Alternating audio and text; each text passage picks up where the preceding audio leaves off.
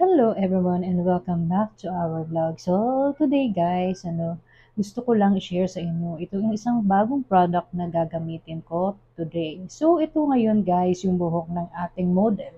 So actually ang buhok niya ay previously rebonded and then may balayage din siya and then nagkulay din siya ng dark.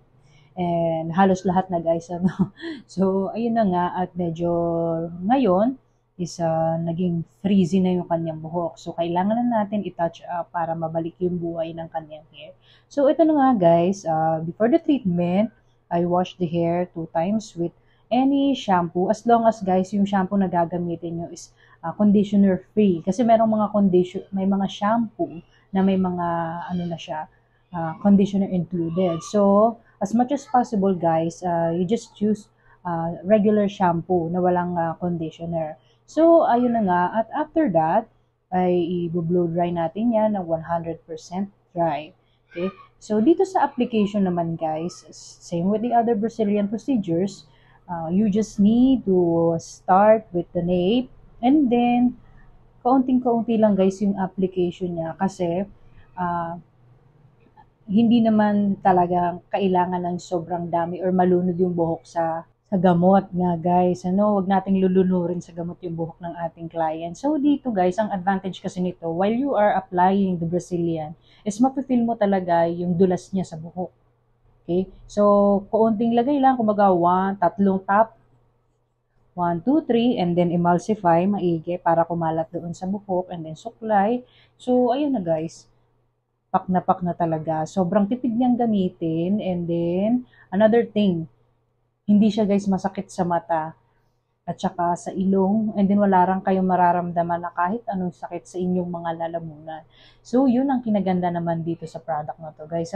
Kasi marami tayong mga client ngayon na mga salon owners and hairstylists ang naghahanap ng mga product na salon friendly, 'di ba? Doon sa mga hairstylist friendly na maganda ang effect.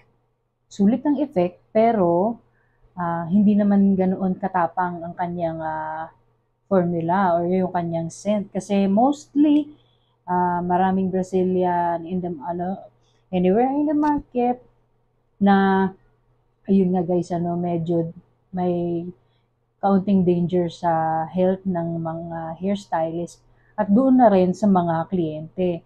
So, ito nga, nagkaroon tayo ng innovation dito sa Brazilian blowout na to na pwedeng-pwede mo siyang gamitin kahit walang ventilation or kahit sa loob lang ng bahay or kung nag-home service ka, pwedeng-pwede mo siyang gamitin guys. Hindi siya makaka-cause ng any damage doon sa inyong mga kabagaan, o diba? Or doon sa mga kliyente nyo mismo guys, lalong-lalo na doon sa may mga problema sa baga, okay? So, ayun na nga, going back, after ng ating full application, so binabad lang natin si Brazilian blowout para pumasok siya doon sa buhok and then tsaka natin siya i-blow dry. So, sa blow drying naman guys, make sure na ang init ng gagamitin nyo is nasa medium heat lang. Okay? Huwag kayong gagamit ng full heat kasi may possibility na ma-damage yung buhok or matutong yung buhok even kahit may Brazilian pa yan. Kasi nga guys, mostly kung ang buhok ng ating ginagawa ay totally damaged na, so ina-avoid natin yung too much na deposit ng init. So, dito naman, as you can see, blower pa lang to guys. Makikita nyo na agad yung shine ng buhok niya. So, yan ang pangako naman ni Balotano Brazilian Blowout. Yan naman ang kanyang kinagandahan. Sa blow drying pa lang guys, makikita mo na yung bagsak ng kanyang buhok. Okay? So, dito pa lang, makikita mo na yung ganda ng product. So, after niyan, ng ating blow drying. So, make sure lang guys na mapapatuyo nyo na 100% dry. Okay? Bago tayo mag-proceed sa hair drying. So, sa hair ironing rather. So, dito nga sa hair ironing, you need to adjust the heat of the hair iron. So, depending on the status and quality of the hair of your client. Kasi nga, magkakaiba ang buhok, so magkakaibang temperature din yung dapat na ginagamit nyo sa uh, pagpaplansya. Kasi nga, may possibility na madamage yung buhok pag sobra. Okay? Pag sobra yung init na nilagay natin sa kanyang buhok. So, dito guys, is we're just using 350 Fahrenheit yung init niya. So, hindi na natin siya pinainit ng bonggang-bongga. So, ang importante lang is ma-seal natin yung Brazilian blowout doon sa buhok ng ating client.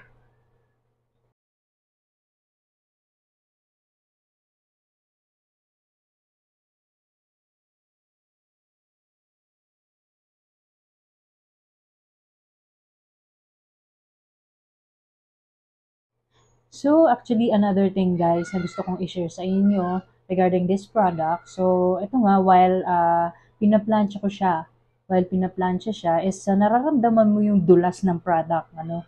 Kasi before guys, meron kami mga ginagamit na mga Brazilian blowout. So, doon pa lang sa pag hina-hair iron namin, sobrang tigas at saka lagkit niya. So, medyo hindi siya maganda sa feeling ng nagpa-plantsa, ano. Kasi syempre parang ang hassle. Meron pa nga kami guys na nagamit na sobrang lagkit talaga niya. So, ayun nga, binanlawan na lang yung Brazilian. So, sayang, di ba? So, ito nga yung kinagandahan naman ni Valotano Brazilian Blowout. So, after nga ng ating pagpa-plantsa guys, ay ito na yung kinalabasan ng kanyang hair. So, kung makikita niyo naman guys, ano, bagsak na bagsak at pinong-pino yung pagkakabagsak niya or yung pagkaka-plansya, okay? So, ayan siya at super shiny ng kanyang hair. And then, after 24 hours, ay binanlawan na nga ng ating model yung kanyang hair. And as you can see, sobrang kintab talaga niya guys.